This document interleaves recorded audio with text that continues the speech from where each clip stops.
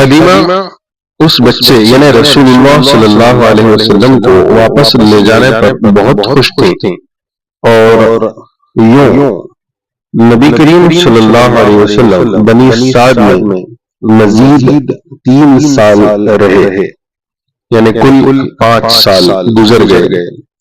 لیکن ایک روز ایک نہایت ہی عجیب واقعہ پیش آیا جس کی وجہ سے حلیمہ انتہائی خوفزدہ اور پریشان ہو گئی۔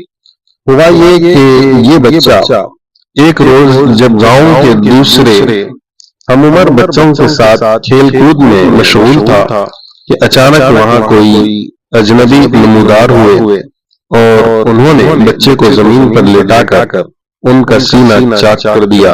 دوسرے بچوں نے جب یہ منظر دیکھا تو فوراً دوڑتے ہوئے حلیمہ کے گھر پہنچے اور بتایا کہ کسی نے محمد صلی اللہ علیہ وسلم کو قتل کر دیا ہے۔ حلیمہ انتہائی پریشانی کے عالم میں وہاں پہنچی تو دیکھا کہ گھبراہٹ کی وجہ سے آپ کے چہرے کا رنگ کچھ بدلا ہوا ہے۔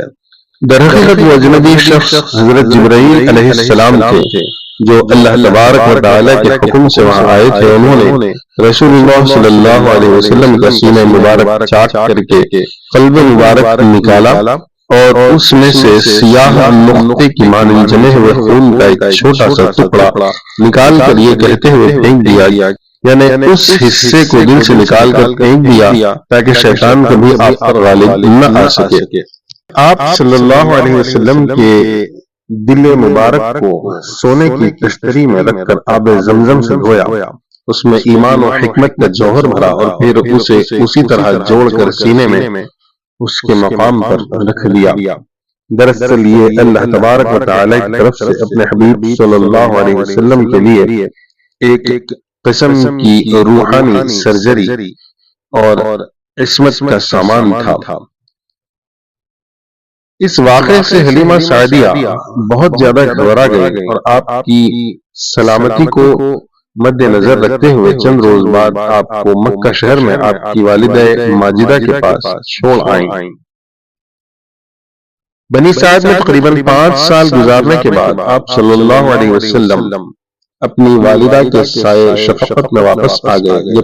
جب 6 سال کے ہوئے تو والدہ نے اپنے شوہر نامدار یعنی عبداللہ بن عبد المطلب سے خلوص و وفا کے اظہار کے طور پر مدینے کا سفر کیا۔ اس سفر میں کمسن بیٹے یعنی آپ صلی اللہ علیہ وسلم کو بھی ساتھ رکھ لیا۔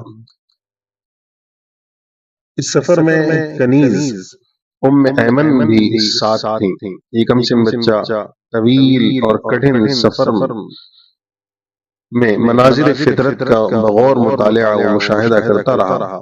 اس مختصر قافلے نے مدینے میں تقریباً 1 مہینہ قیام کیا۔ آپ صلی اللہ علیہ وسلم کی والدہ بی بی آمنہ مدینے میں تقریباً 1 مہینہ قیام کے بعد جب مکے کی طرف واپس روانہ ہوئی تو راستے میں انتہائی تیز اور گرم صحرائی ہواؤں نے آ لیا جس کی وجہ سے شدید بیمار پڑ گئیں۔ راستے میں علاج کا کوئی انتظام نہ تھا اور نہ ہی راحت و آرام کا کوئی بندوبست۔ چند روز کی علالت کے بعد آخر مدینہ اور مکہ کے درمیان ابوا نامی مقام پر انتقال کر گئے اور انہیں اسی مقام پر ہی دفن کر دیا گیا۔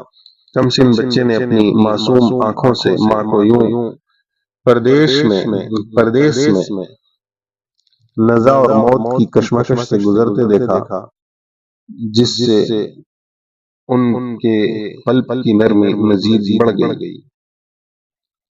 ام ایمن جو اس سفر میں ساتھ تھیں، پردیس میں بی بی آمنہ کی علالت اور پھر وفات کے بعد اس کمسن بچے کو ساتھ لیے ہوئے مکہ پہنچی اور وہاں اسے ان کے دادا عبد المطلب کے حوالے کر دیا۔ یہ بچہ اس سفر پر ماں کی انگلی تھامے ہوئے جب گھر سے روانہ ہوا تھا تب سر پر باپ کا سایہ نہ تھا، اور اب طویل اور تھکا دینے والے سفر کے بعد جب واپس مکے میں اپنے گھر پہنچے تو کیفیت یہ تھی کہ ماں کی ممتا سے بھی محروم ہو چکے تھے۔ اللہ اللہ